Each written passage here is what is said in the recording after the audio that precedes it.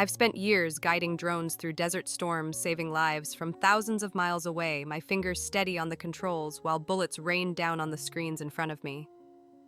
But the hardest mission I ever faced wasn't in a war zone. It was walking into my parents' 20th wedding anniversary party in San Diego, knowing my family saw me as the daughter who failed. Have you ever felt like the people closest to you don't really see you? Like no matter how hard you try, you're just a shadow in their story. That's where my story begins, and trust me, it's not what you expect. My name is Maya Torres, a lieutenant in the United States Marine Corps.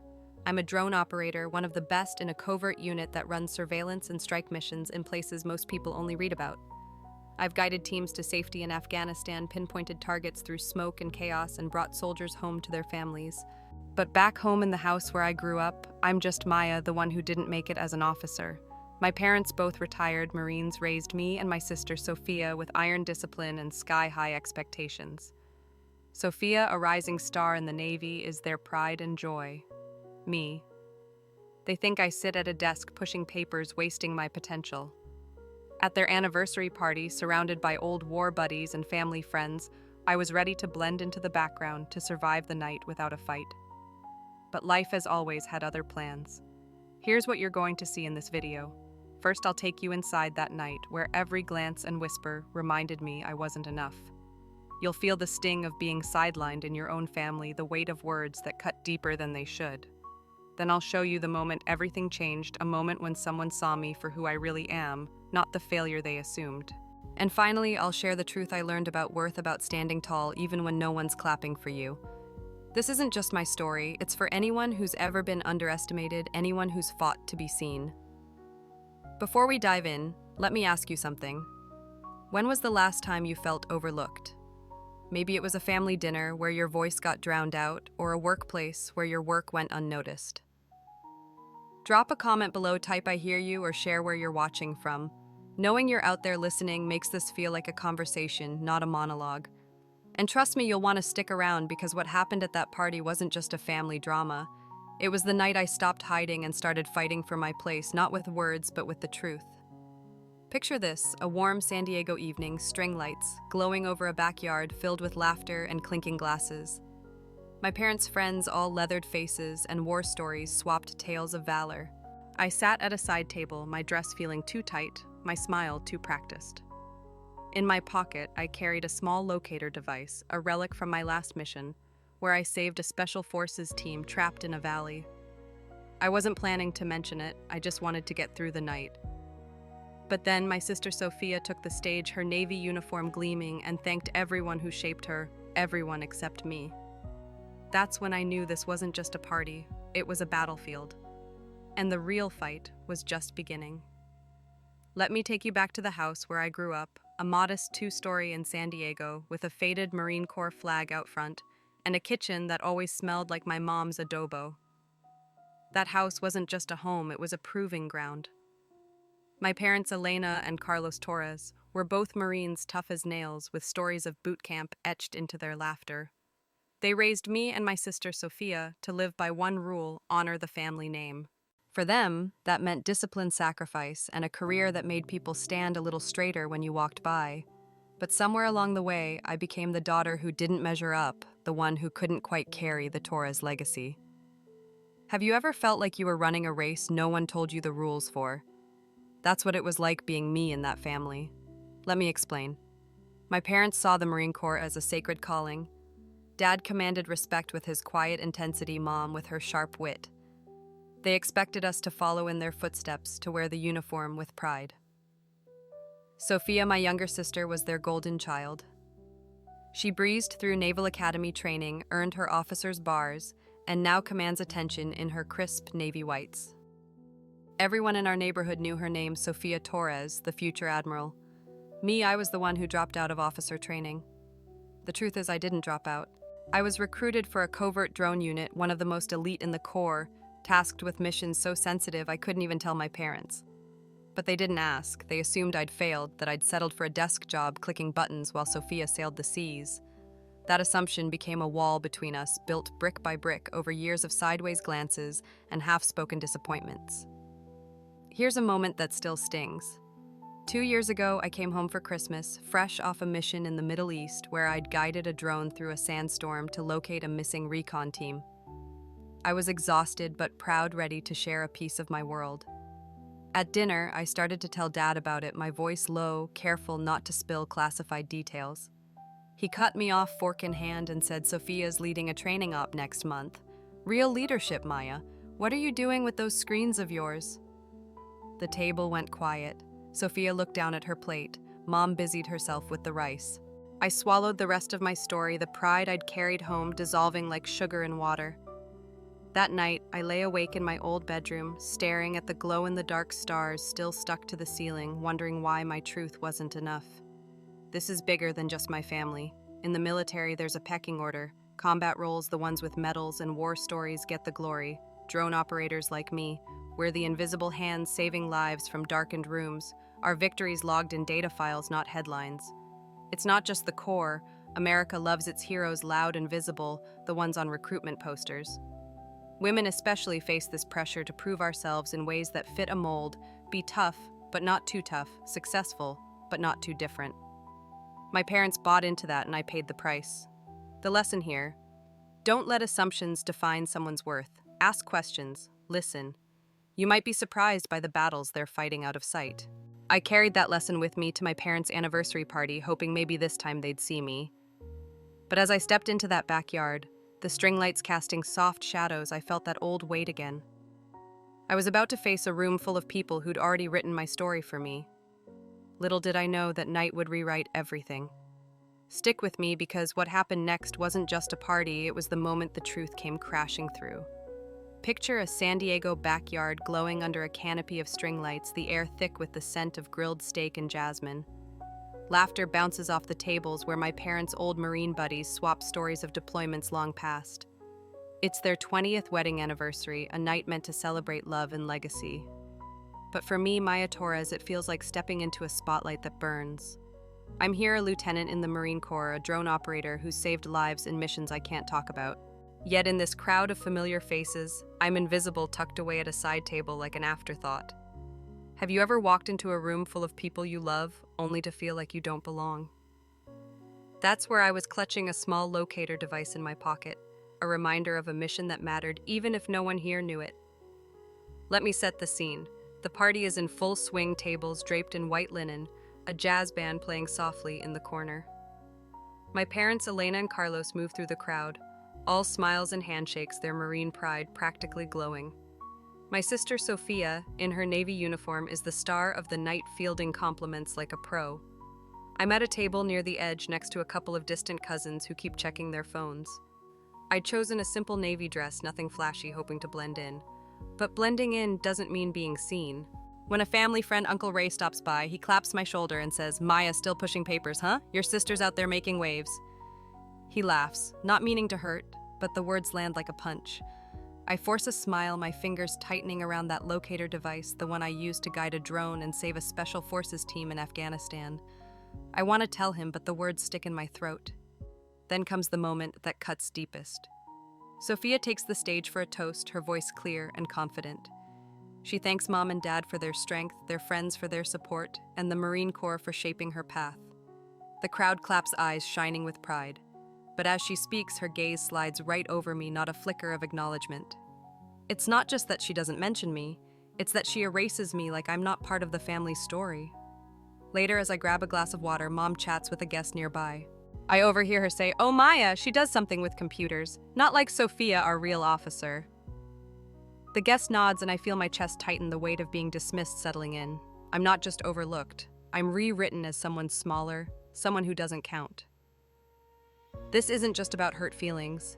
In families like mine, where military service is a badge of honor, roles like mine, drone operator working behind screens, don't get the same respect as boots on the ground heroes. It's a cultural blind spot, not just in the Corps, but in America, where we celebrate the visible victories and miss the quiet ones. I could have spoken up, told them about the lives I've saved, the nights I've spent staring at grainy feeds to keep others safe. But silence felt safer.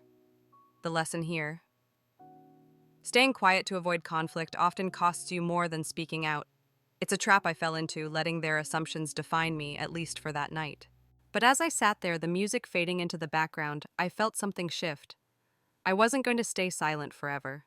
I just didn't know that the universe was about to step in, ready to flip the script. Stick with me, because what happened next wasn't just a moment. It was a reckoning, and it changed everything. Video script part 4. Flashback, the mission to save a special forces team. As I sat at that side table, the clink of glasses and laughter from my parents' anniversary party fading into a dull hum. My hand slipped into my pocket, brushing against the small locator device I'd carried from my last mission. It was cold, smooth, no bigger than a key fob, but holding it took me somewhere else, back to a night that changed me, a night no one at this party knew about. While my family saw me as the daughter who settled for a desk job, I was living a different truth, one forged in the heat of a mission that tested every ounce of my courage. Have you ever had a moment that defined you, but no one else could see it? Let me take you there, to a darkened control room in a classified base where I fought a battle no one would ever pin a medal on. It was 6 months ago, in the heart of a sweltering Afghan summer. I was stationed at a forward operating base, a drone operator in a covert Marine Corps unit. My job was to guide UAVs, unmanned aerial vehicles, through hostile skies, providing eyes and sometimes fire for teams on the ground. That night, a special forces team was pinned down in a rocky valley, ambushed by insurgents.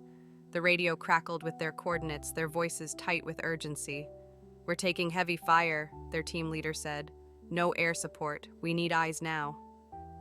In the control room, screens glowed red under the hum of cooling fans. My heart pounded, but my hands were steady, moving the joystick to guide a Predator drone through a sky thick with dust and smoke. The mission was brutal. The valley was a maze of cliffs, the insurgents hidden in shadows. I had to fly the drone low, risking detection, to drop a locator beacon for the team to follow to safety. One wrong move and I'd lose the drone, or worse, the team. Sweat beaded on my forehead as I adjusted the camera, spotting muzzle flashes through the grainy feed. "Got you," I whispered, locking onto the team's position. I deployed the beacon, a tiny device like the one in my pocket, and watched it parachute down, landing just close enough for them to reach. Minutes later, the team radioed back they'd made it to an extraction point. 12 lives saved, no casualties. I leaned back in my chair, the room silent except for the hum of the screens, my hands trembling not from fear, but from the weight of what I'd done. This wasn't just another mission. Drone operators like me don't get ticker tape parades. Our work lives in data logs and after-action reports no one reads. In the Marine Corps, glory goes to the grunts, the ones with boots in the dirt. But that night I learned something: impact doesn't need applause. It's in the quiet moments, the ones where you know you made a difference even if no one else does. I carried that locator device home, not as a trophy, but as a reminder of who I am when the world isn't watching. Back at the party with my sister Sophia's toast still echoing, I wondered why that wasn't enough for my family. Why did they need me to be someone else? I didn't plan to tell them about that mission. I'd learned to keep my victories to myself, to let their assumptions slide. But as I sat there, the weight of their dismissal pressing harder, I felt a spark of defiance. I wasn't just the girl at the side table. I was a Marine, a warrior in my own right. And someone was about to see that truth before I could speak it. Stay with me, because the next moment wasn't just a surprise, it was the start of everything changing. The backyard was alive with the hum of celebration string lights swaying gently above the tables, the jazz band's soft notes weaving through the chatter. I sat at my corner table, the locator device still in my pocket, its weight a quiet anchor against the sting of being overlooked. My sister Sophia's toast had left a bruise, her words skipping over me like I was a footnote in our family's story. My parents' friends, their faces lined with years of service, laughed and clinked glasses, oblivious to the Marine in their midst, who'd saved lives they'd never know about. I was ready to let the night pass, to slip away unnoticed. But sometimes the universe has a way of stepping in, shining a light where shadows have lingered too long. Have you ever had a moment when someone saw you, really saw you, when you least expected it? That's what happened next, and it changed everything. The crowd parted like a tide, and there he was, Colonel Marcus Reed, a towering figure in his dress blues, his chest heavy with ribbons from decades in the Corps. He'd come to honor my parents, his old friends, but his eyes scanned the room and landed on me. I froze my glass of water halfway to my lips. Reed wasn't just any officer. He'd overseen my unit's mission in Afghanistan, the one where I guided a drone to save his special forces team. He strode through the crowd, his presence commanding silence without a word. Conversations faltered, heads turned. He stopped at my table, his voice clear and steady, cutting through the hum of the party. "Lieutenant Maya Torres," he said, "is one of the finest warriors I've ever known. She piloted a drone under enemy fire to save my team in a valley where hope was running out. If not for her, we wouldn't be here tonight." The room went still. Sophia's eyes widened, her champagne flute frozen in her hand. My mother's smile faltered. My father's fork paused midair. Uncle Ray, who'd called me a paper pusher, stared like he'd seen a ghost. Reed didn't stop. He told them about the mission, how I'd navigated through smoke and chaos, how my steady hands dropped a locator beacon that pulled his team to safety. "This Marine," he said, looking straight at me, "is the kind of hero who doesn't ask for applause. But she deserves it." The silence broke into murmurs, then scattered claps growing louder as the weight of his words sank in. I sat there, my heart racing, not from pride, but from the surreal feeling of being seen, truly seen, in a place where I'd always been invisible. This moment wasn't just about recognition, it was a reckoning. In the Marine Corps and in families like mine, we often measure worth by what's visible: medals, titles, stories told over beers. Drone operators like me were the unseen gears, our battles fought in pixels and code. Reed's words cracked that facade, forcing everyone to confront their assumptions. For me, it was a mirror reflecting a truth I'd buried under years of silence. The lesson here: never underestimate the quiet ones. The person you overlook might be carrying a strength you can't imagine, fighting battles you'll never see. I could have basked in that moment, let the applause wash over me.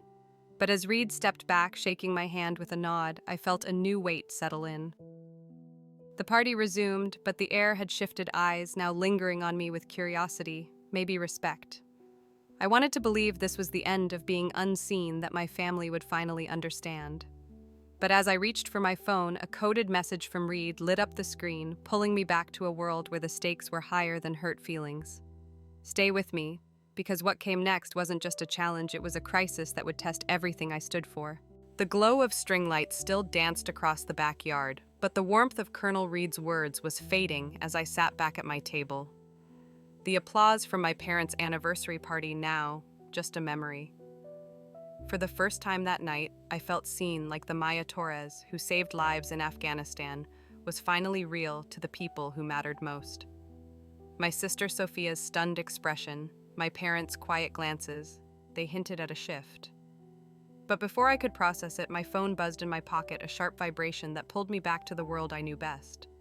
A coded message from Reed flashed on the screen: "Mission video leaked. Special Forces IDs at risk. Need you now." My heart sank. Have you ever had a moment of triumph turn into a storm you didn't see coming? That's where I was, standing on the edge of a new crisis that threatened everything I'd fought for. Let me break it down. The message was about the Afghanistan mission, the one Reed had just praised me for. A video from my drone's feed showing the Special Forces team's extraction had surfaced on a dark web military forum. If it spread, it could expose the identities of those soldiers, putting them and their families in danger. Worse, it could compromise the Marine Corps' covert operations. I slipped away from the party, finding a quiet corner near the garden, and opened my secure laptop. The forum post was already gaining traction, the video's grainy frames showing the team's faces just clear enough to be traceable. Then I saw something that stopped me cold, a digital signature in the metadata linked to a Navy server. My sister Sophia, in her research on drone warfare for a naval project, had accessed a shared database without proper encryption. Her mistake had left a door open for a hacker to slip through. This wasn't just a technical glitch, it was personal. Sophia, the sister who'd overlooked me, had unknowingly triggered a breach that could unravel my mission. I could picture her at the party, still basking in her toast's applause, unaware of the chaos she'd sparked. Part of me wanted to storm back and confront her, to let years of resentment spill out. But I took a breath, the cool night air grounding me. My job wasn't to point fingers, it was to fix this. I texted Reed confirming I was on it and started tracing the leak's origin. The hacker had used Sophia's access point to pull the video, but the trail led deeper, to a network that smelled like coordinated espionage. This wasn't a random breach, it was a deliberate attack on the Corps' credibility. In that moment, I realized something bigger was at play. In the military, trust is everything, but so is accountability. Sophia's carelessness could have ended her career, maybe even landed her in a court-martial. Yet as angry as I was, I couldn't let her fall. She was family, and family, even when it hurts you, is worth protecting. The lesson here, mistakes don't define you, how you respond to them does. I'd spent years feeling less than Sophia, but now I had a chance to show what strength really looked like, not by tearing her down, but by lifting her up, even if she didn't deserve it yet. I closed my laptop, the party's music a distant hum, and made a choice. I'd track down the hacker, seal the breach, and keep Sophia's name out of it. But as I stood in the garden, the weight of that decision settled in. I knew this wasn't just about saving a mission. It was about saving something bigger, maybe even my family. Stay with me, because what I did next wasn't just about stopping a leak. It was about rewriting the story we'd all been stuck in for too long. The San Diego night had grown cooler, the party's glow fading behind me as I stood in the garden, my laptop's screen casting a faint blue light across my face.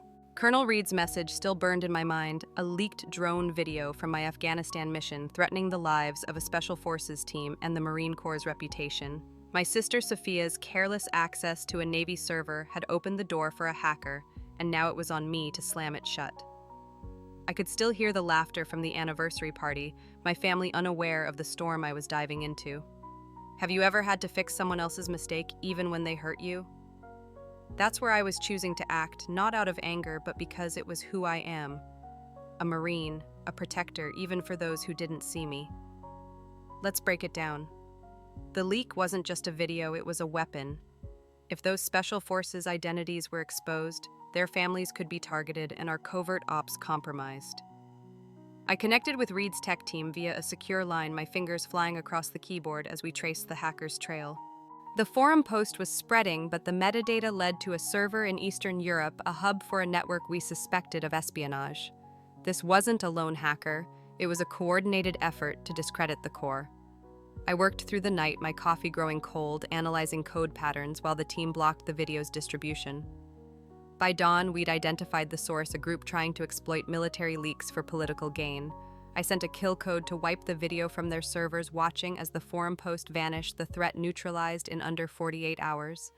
But the real challenge wasn't just technical, it was personal. Sophia's mistake could have ended her career. A court-martial would have crushed her, the sister my parents called their pride and joy. I could have reported her, let her face the consequences. Instead, I worked with Reed to bury her involvement, rerouting the blame to a system glitch. I saw her at the party earlier, laughing with guests, oblivious to the chaos she'd caused. Part of me wanted her to know, to feel the weight of it. But I remembered the locator device in my pocket, the one from the mission I'd never bragged about. My job was to protect, not to punish. So I kept her name clear, not for her applause, but because it was the right thing to do. This moment taught me something vital.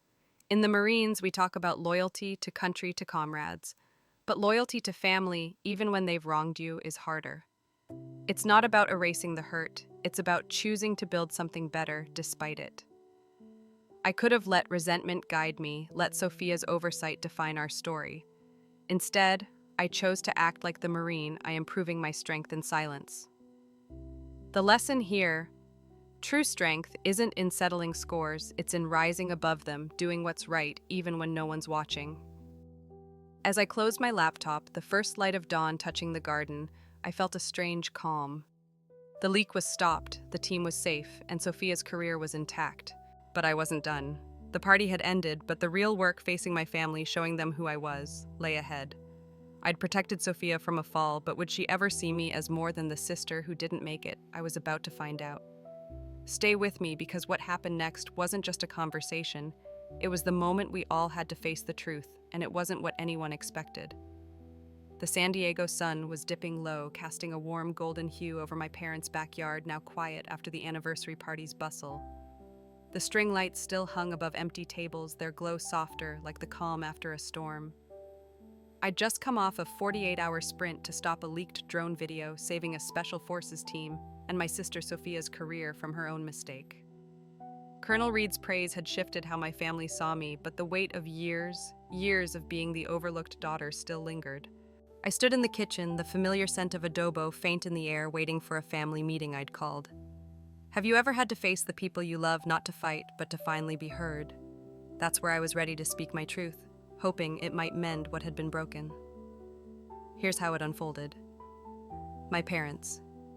Elena and Carlos sat at the dining table, their faces a mix of pride and unease after Reed's words at the party. Sophia was there too, her navy uniform replaced by a simple sweater, her eyes avoiding mine.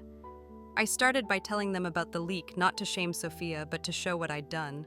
Sophia accessed a server she shouldn't have, I said gently. It led to a breach that could have exposed lives.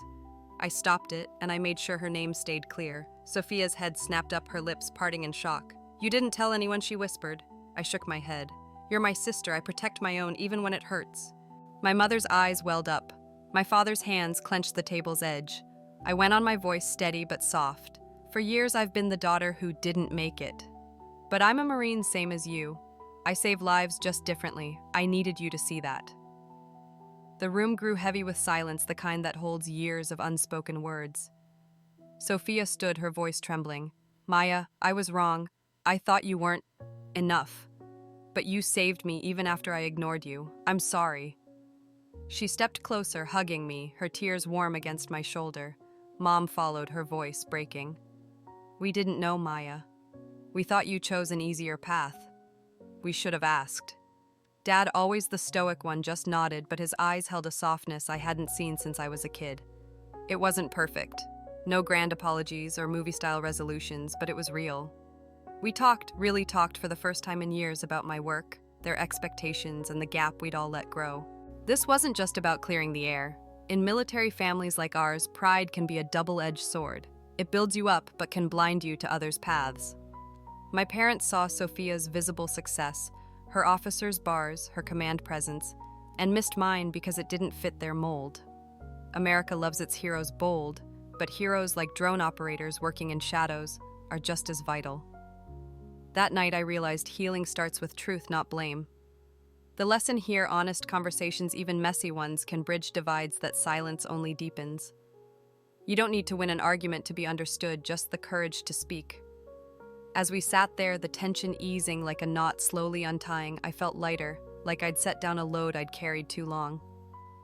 Sophia's apology, my parents' softened eyes, they were steps toward something new.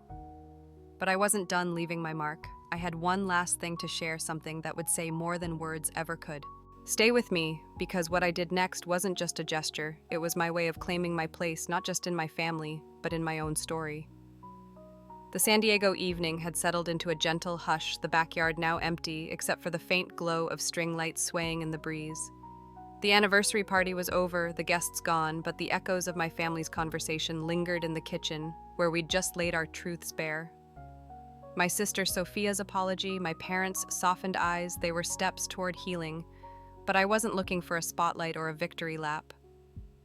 I'd spent years as the unseen daughter, the Marine whose battles were fought on screens, not stages. Now I wanted to leave something behind, not to prove a point, but to claim my place in our story. Have you ever wanted to show who you are without saying a word? That's what I did next, and it spoke louder than any speech. Here's how it happened. After our talk, I reached into my bag and pulled out a single photograph, a still from my drone's feed during the Afghanistan mission. It showed the Special Forces team safe under a moonlit valley, the locator beacon I'd dropped glowing faintly in the dust. It wasn't framed or polished, just a raw, grainy image printed on standard paper. I walked to the dining table where my family still sat and placed it in the center next to a half-empty bowl of adobo. "This is what I do," I said simply. My father Carlos picked it up first, his calloused fingers tracing the edges. He didn't speak, but his eyes, usually so guarded, shimmered with something new, pride maybe, or understanding. Mom touched his arm, her gaze fixed on the photo, while Sophia leaned in, her breath catching. "You did this?" she asked. I nodded. "And I'll keep doing it whether anyone sees or not." This wasn't about bragging. That photo was my truth, a piece of the work I'd carried in silence, the kind of work drone operators like me do every day. In the Marine Corps, we're taught to value the mission over the medals, but families, even military ones, can get caught up in what's visible: ranks, ceremonies, the shine of a uniform. I'd spent years feeling like I didn't fit their mold, like my quiet victories were less, because they didn't come with applause. Placing that photo on the table was my way of saying I didn't need their mold anymore. It was a quiet affirmation, not for their approval, but for me to mark the moment I stopped shrinking myself to fit their expectations. There's a bigger truth here. In America, we love our heroes, loud soldiers storming beaches, pilots breaking the sound barrier, But the heroes in the shadows, the ones like me who guide drones or write code, were just as vital. My family learned that, but I learned something too. Your worth doesn't depend on who sees it. It's in the work you do, the lives you touch, the truth you hold when no one's watching. The lesson. Don't wait for permission to know you're enough. Claim your place, even if it's just a photo on a table, a small act that says I was here and I mattered.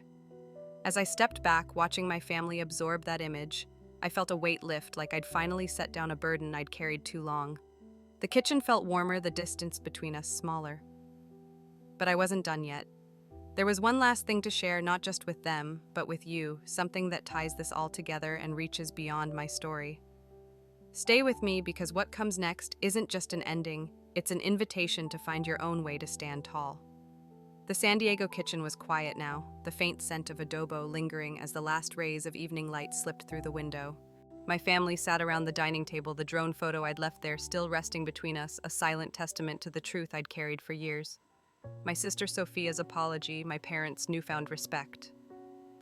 It wasn't a perfect ending, but it was a beginning. I'd come to their 20th anniversary party expecting to fade into the background the overlooked Marine who didn't fit their mold. Instead, I'd found my voice stopped a crisis and claimed my place not with fanfare, but with a quiet act that spoke louder than words. Have you ever realized that your worth doesn't need a spotlight, just the courage to stand in your own truth? That's where my story lands, and I want you to be part of it. Let me tie this together. My journey wasn't about proving my family wrong or chasing their applause. It was about understanding that recognition isn't the goal, it's the work you do when no one's watching that defines you. I'm a drone operator, a Marine who saves lives from a darkened room, my victories logged in data, not headlines. That night when Colonel Reed called me a warrior, when I stopped a leak to protect a team, and my sister, when I left that photo on the table, I wasn't seeking a medal, I was living my purpose. Think about your own life. Maybe you're a teacher grading papers late at night, a nurse holding a patient's hand, or a parent sacrificing quietly for your kids. Those moments, the ones no one claps for, are your drone photo. They're proof you're enough just as you are. This matters because America loves its loud heroes, the ones on movie screens or podiums. But most of us live in the shadows doing work that doesn't make the news. I used to think I needed my family's pride to feel whole, but I learned something bigger. Your value isn't in what others see, it's in what you know you've done. Take my friend Lisa, a single mom who works 2 jobs to keep her son in school. No one throws her a parade, but every day she shows up, she's a hero. You have those moments too, don't you?